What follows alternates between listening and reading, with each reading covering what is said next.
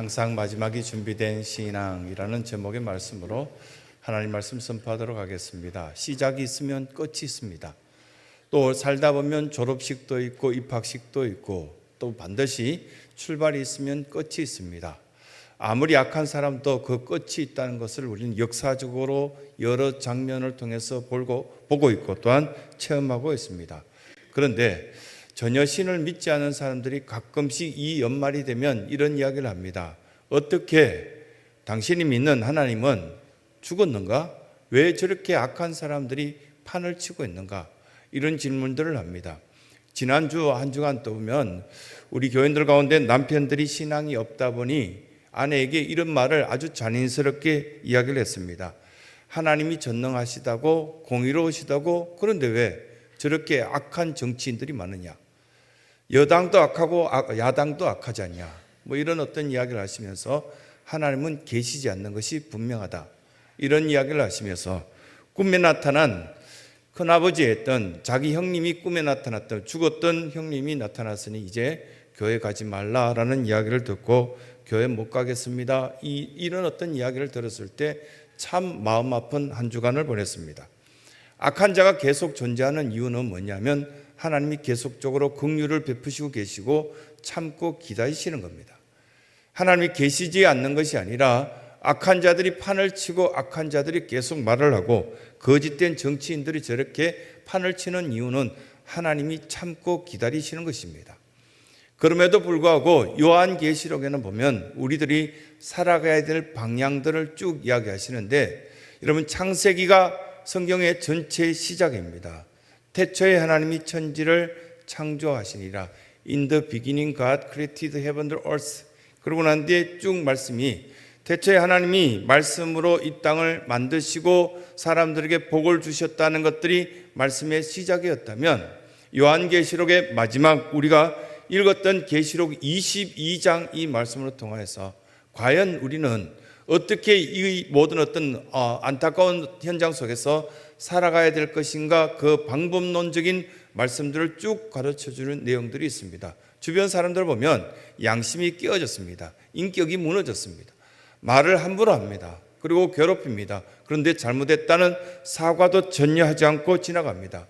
어떤 상황 속에서도 끝까지 우리를 견디라고 말씀하신 그 하나님은 도대체 어떠한 것을 우리에게 말씀하시려고 이런 말씀을 하실까라는 생각을 가지게 되는데 오늘 말씀의 전체적인 핵심적인 내용은 준비된 신앙을 가지라는 것입니다. 마지막이 반드시 있다는 것. 그리고 그 마지막이 지나면 심판이 있고 심판으로 통하여서 우리는 상 받을 사람과 상 받지 않고 굉장히 안타까운 모습으로 결과론적인 어떤 모습이 드러날 사람이 있다는 말씀을 우리에게 보여주고 있다는 사실입니다.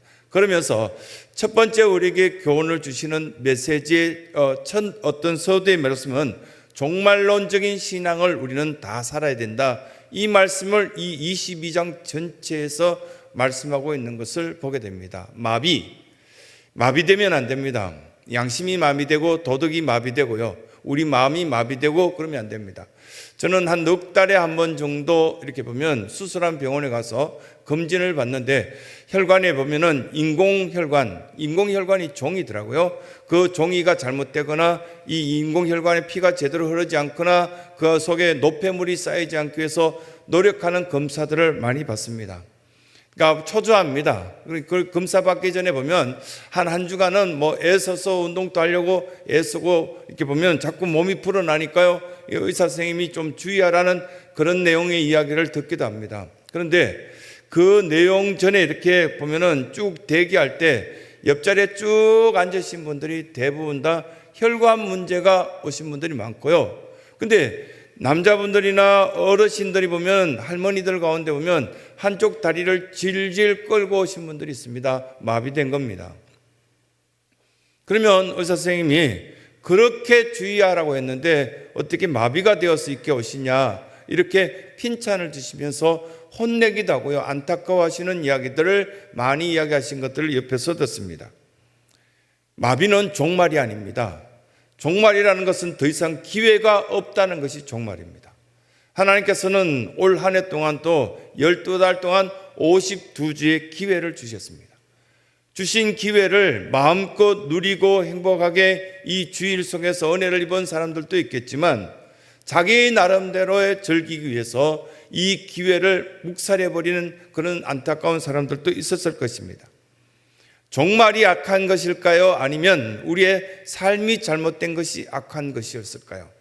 성경에서 우리에게 말씀하신 것을 볼 때 우리의 행동과 말투 속에 악한 것들이 있는 것이 분명히 있다는 사실을 우리가 드러납니다. 신앙생활 처음 시작할 때 보면 마치 유치부 아이들이 아주 부드러운 육체를 갖고 부드러운 심성을 갖고 마비되지 않는 온 육체를 가진 것처럼 바라보기도 예쁘고요. 누구나 보면은 다 착하다, 예쁘다 그렇게 말해주는 그런 신앙생활들이 초기에는 시작되었을 것입니다. 그냥 몰랐습니다. 잘 모르지만 예뻤습니다. 잘 모르지만 순종했습니다. 잘 모르니까 앞에서 가르쳐주는 대로 네라고 대답하고요. 마치 지난주에 성탄절 발표회 때 보면 저쪽에 있는 아이가 한 4살, 5살 먹은 아이가 보면 뭔가 이렇게 막 어른들이 하면 아멘 하고 이렇게 소리치듯이 그 아이가 뭘 알고 아멘 하겠습니까? 근데 우리 아파트에 사는데요. 이렇게 퇴근할 무렵에 쭉 들어가면 저 멀리서 그 아이는 아주 큰 목소리로 아멘 아저씨 온다고 저한테 반갑게 아멘 아저씨 이렇게 소리쳐 줍니다. 근데 마을 분들이 보면 그 아파트 주민들이 보면 그 아이도 신기하게 보고요. 그리고 저 아저씨가 교회 목사구나 뭐 그렇게 짐작을 합니다. 아주 예쁩니다. 그렇게 부드러운 심령, 부드러운 육체, 부드러웠듯이 왜 나이 들어가면서 그렇게 뻣뻣해지고 마비가 되어 가는가? 심령이 마비가 되고 도덕성이 마비가 되고 인격이 마비가 되고 마비가 결코 좋은 것 아닐 텐데 왜 이렇게 마비가 되어 가는가? 이게 스스로 종말을 맞이하는 그런 안타까운 모습이 있더라는 사실입니다. 신앙생활하는 가운데 바른 자세를 갖고요, 바른 믿음을 갖고요, 바른 예배를 드리면 마비가 올 리가 없다는 것입니다. 물론 보면은 숙련된 모습으로 아주 인격적인 어떤 모습으로 시간을 많이 보면 덕스러운 모습이 더 깊어지고 또 약해지는 부분들도 있겠지만 예배 생활을 잘하는 그 속에는 마비라는 것은 있지 않을 것이 틀림없는 사실인데 어떤 문제로 통하여서 이렇게 되어졌을까? 말씀을 묵상하면서 깨달아진 것이 뭐냐면 쇼하는 것이 많구나라는 것을 알게 되었습니다. 어떤 분이 목회자 세미나에서 뭐라고 이야기했냐면 목회가 뭡니까? 라고 질문했을 때 목회는 쇼입니다 라고 그분이 대답을 하시더라고요. 충격이었습니다. 세미나 마칠 때까지 괴로웠습니다. 근데 그분은 제가 잘 아는 어른이었기 때문에 질문해 줬을 때 대체로 다 아담 하와가 에덴 동산에서 자기가 하나님을 만나고 하나님과 대화했던 그 은혜를 계속 누렸다면 얼마나 좋았을까라는 이야기를 하시면서 성도들도 쇼를 하고 있고 목회자도 쇼를 하고 있고 많은 사람들이 보면 하나님 앞에서 쇼를 하고 있으니까 그것이 바로 자기 신앙인 줄 착각한다라는 이야기를 하신 것을 결론적으로 듣게 되었습니다. 종말론적인 신앙이란 무엇입니까?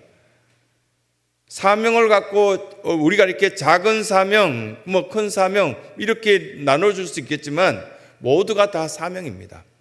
마치 이렇게 보면 제가 아주 어릴 때 학교에서 일하시는 분을 이야기할 때 소사 이렇게 불렀습니다. 작은 일을 맡아서 일하는 사람 소사.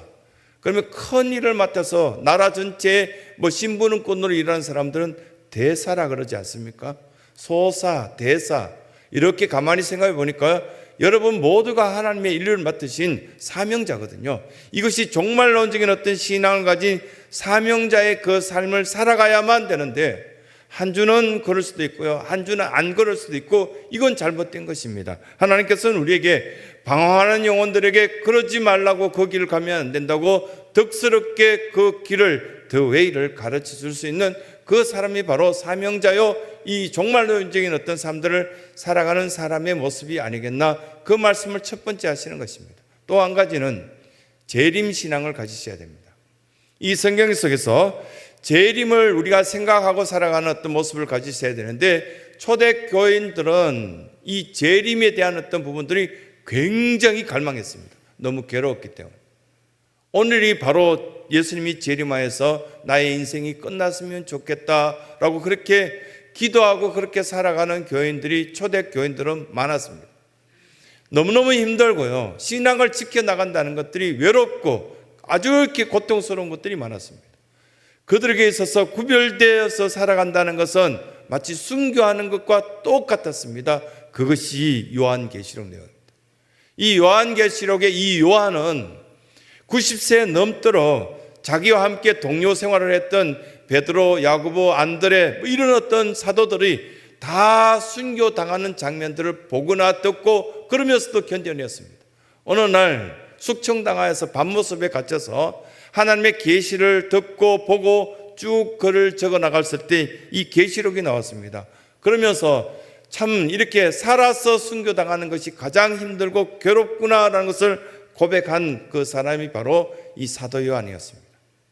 이 요한은 참으로 이렇게 보면 그냥 누구든지 큰 교회 가서, 아주 대형 교회 가서 숨어서 신앙생활하는 거 쉽게 그렇게 하면 될 텐데, 자기에게 주어진 사명 감당하기 위해서 복음 선포하고 이웃들에게 예수님께서는 이렇게 살라고 말씀하신 겁니다, 이렇게 전하고 산다는 것이 너무너무 어려웠다는 겁니다. 모든 사람들이 다 타락되어서 먹지 말아야 될 것을 먹고 보지 말아야 될 것을 보고 여러 가지 어떤 타락의 양상을 나타날 때도 이 요한은 자기의 신앙을 지켜나갔던 여러분과 같은 모습들을 갖고 있었기 때문에 어려웠던 겁니다. 시대적으로 얼마나 어려운지 잘 압니다. 가게가 얼마나 운영이 잘 안 되는지 다 압니다.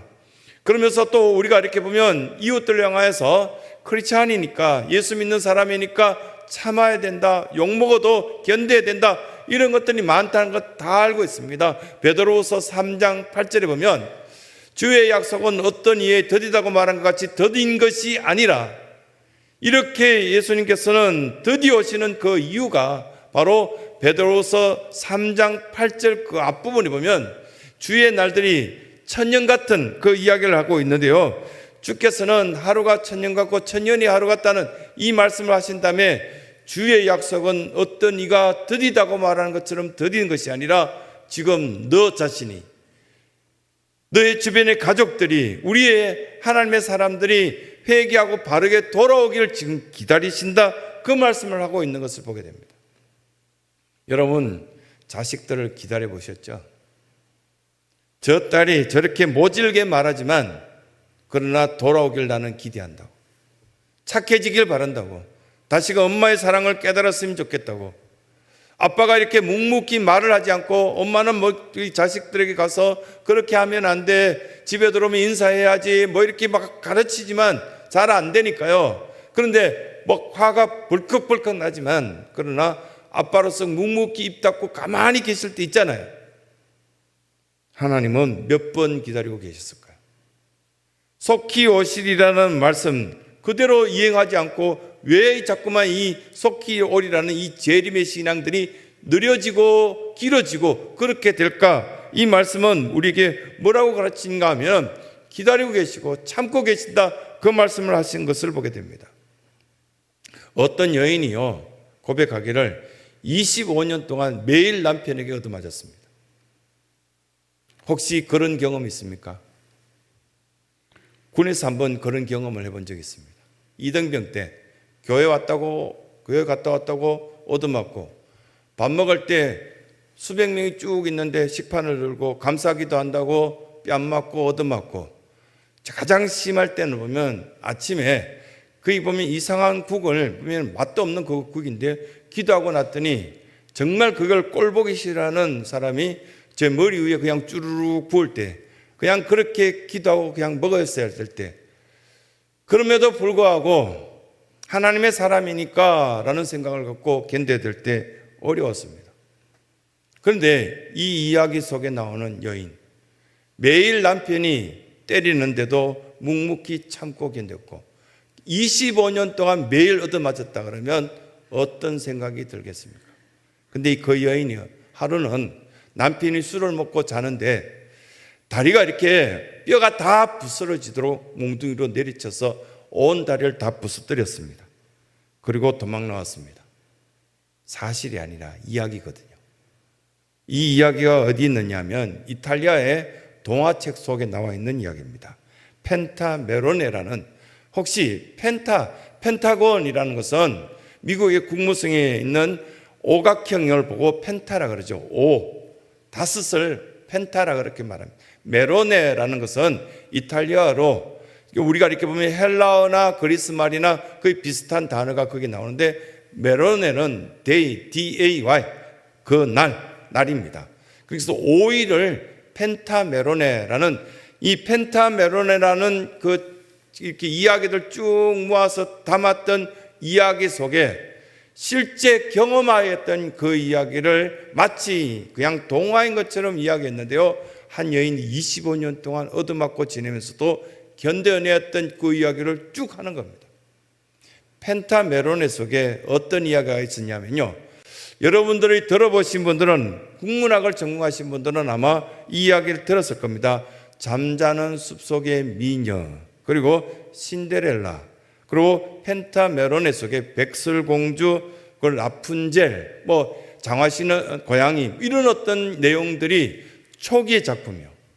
이 작품들이 후대에는 보면은 멋진 어떤 작가들이 그 글들을 인용하여서 잘 만들어냈지만, 실제로는 아주 오래전에 펜타메로네라는, 이게 펜타메로네는 5일 동안 이탈리아에서 이야기하기를 아주 이렇게 잘하는 여인 10명을 뽑아서 궁중 안에서 보면은 10명이 5일 동안 매일같이 동화 이야기를 하는데, 그 동화 이야기들이 지금 우리가 알고 있는 신데렐라, 헨젤과 그레텔, 이와 비슷한 초기 작품들을 재미나게 이야기했다는 겁니다. 그 가운데 이런 이야기들을 쭉 해볼 때, 여러분들은 보면 동화 이야기니까 매우 예쁘게 이해를 하는데, 국문학적인 어떤 생각으로, 아니면 그냥 여러분들이 국어를 잘 읽을 수 있으니까요, 그 입장에서 이것들을 한번 보시면 헨델과 그레텔 미화된 것이죠. 보면 아주 잔인합니다. 신데렐라 비참하게, 백설공주 아주 어려운 어떤 시간들을 견뎌냈던 그의 흔적들을 보게 됩니다. 이 내용들이 그 작품 속에 그 여인들이 아주 재미나게 이야기했지만 왜 그런 이야기를 했을까요? 매일같이 얻어맞고 매일같이 괴로움을 겪지만 언젠가는 좋은 날이 올 것이다.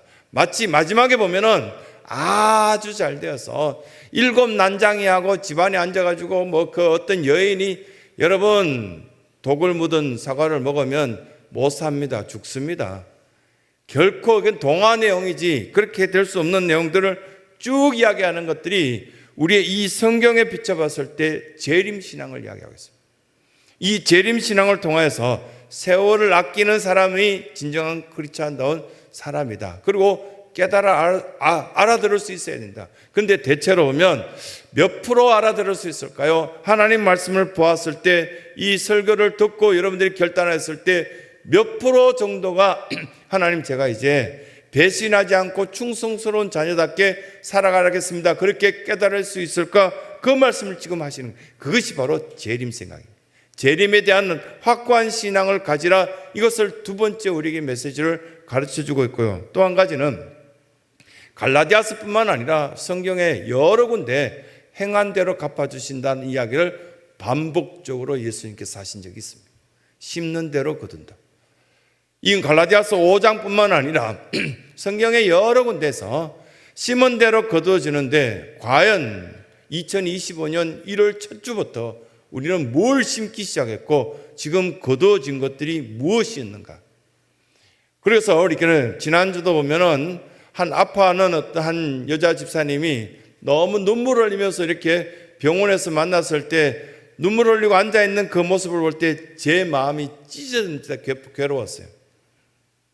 그러면서 주치 선생님이 벌써 몇 달 전에 여름에 가망성이 없다라는 이야기를 들었을 때 멍해서 가만히 쳐다보고, 그럼 뭐 해야 돼요? 어쩔 수 없습니다. 이런 이야기를 많이 들었을 때 그냥 이 사랑하는 성도가 이게 끝이란 말이야. 아니지, 안 되지. 그러면 그 다음은 우리가 뭘 해야 되느냐? 기도하고 하나님의 은혜를 사모하고 다시 매달려야 되거든요. 이 자리에 앉아있는 사랑하는 성도들 가운데 종말을 맞이했던 성도들이 얼마나 많이 있습니까? 재림에 대한 어떤 생각들을 우리 마음속에 집어넣어 줬을 때 우리는 어떻게 했나요? 그 기적을 경험했던 그 사랑하는 성도들이 다시금 마비되었다면 어떻게 해야 될까요? 이 사랑하는 성도들 가운데요, 지난주에 뭐라고 이야기하냐면 가게를 접어야 될 것 같습니다. 가재도구 다 정리해야 될 것 같습니다. 그러면 그 전에 몸부림치고 한번 새벽에 하나님 앞에 떼를 쓰고 눈물을 흘리며 기도해야 될 필요성을 느껴야 되는데, 그걸 느끼지 않고 누가 나를 왜 안 도와주냐고 이렇게 생각한다면 우리는 결과가 어떻게 될 것 같습니까? 자식들을 바라보는 여러 집사님들과 우리 권사님들이, 이 중직자들의 가정에 보면 자식들의 신앙의 대물림이 온전하게 이루어진 가정이 몇 프로 될 것 같습니까? 30% 안 됩니다. 10% 안 됩니다. 그러면 우리는 그것이 죄악 때문일까요? 아니면 하나님의 뜻을 우리가 발견하여서 다시금 기도하라고 하는 것일까요?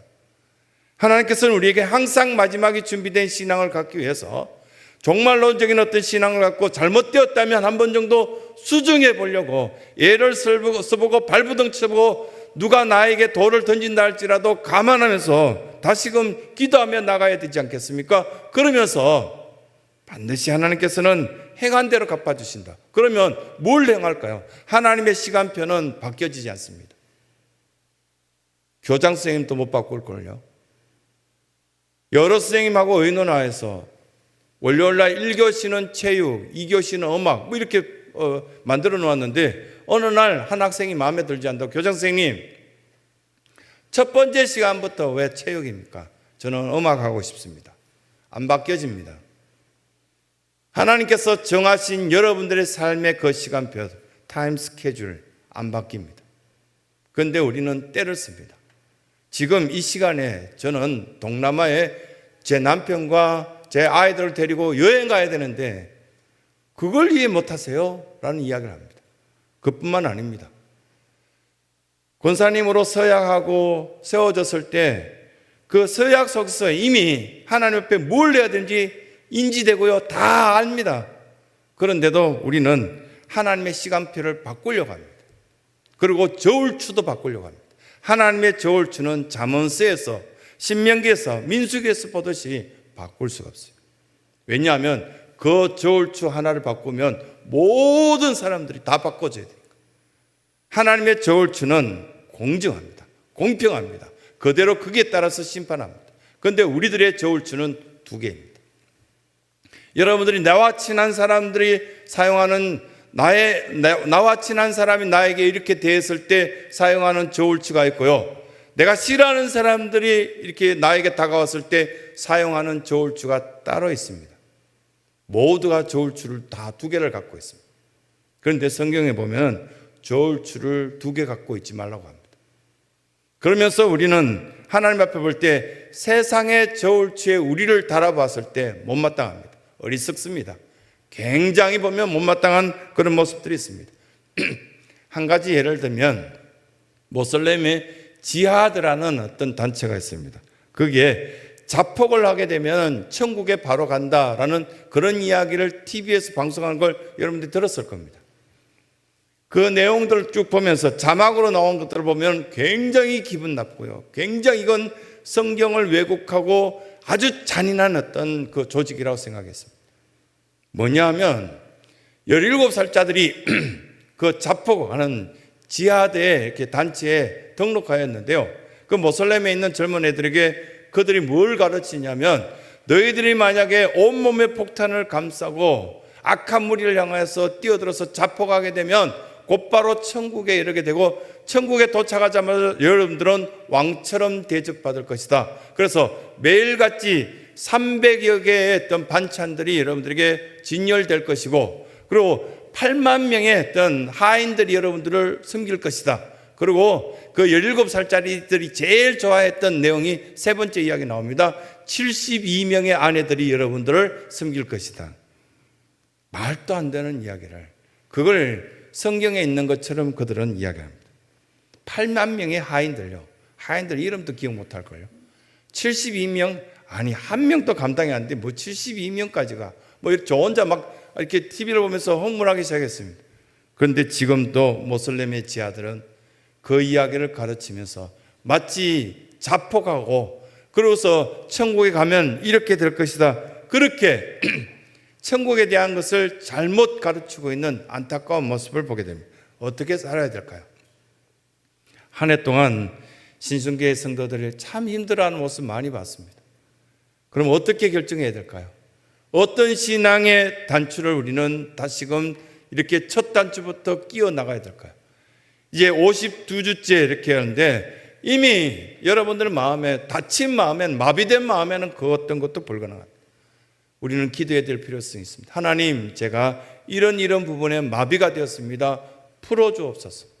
제 신앙의 종말론적인 신앙을 갖고 오늘이 마지막이라고 생각하고 하나님을 사랑하고 그 시간을 아끼고 생활하며 나갈 수 있게 해달라고 기도할 필요성이 있습니다. 물질의 주인은 우리 아닙니다. 건강의 주인도 우리 아닙니다. 하나님께서 우리를 도와주셔야만 이 모든 것들을 지킬 가능성이 있습니다. 매 순간마다 하나님 용서가 필요합니다. 하나님, 저는 부족한 사람입니다. 저에게 하나님의 능력의 손길을 도와주옵소서. 같이 기도할 필요성을 느끼시길 바라고, 이제 또다시 2026년을 우리에게 주어졌을 때 실수치 않게끔 하나님의 방법을 선택할 수 있는 저와 온 성도들이 되시길 바라고,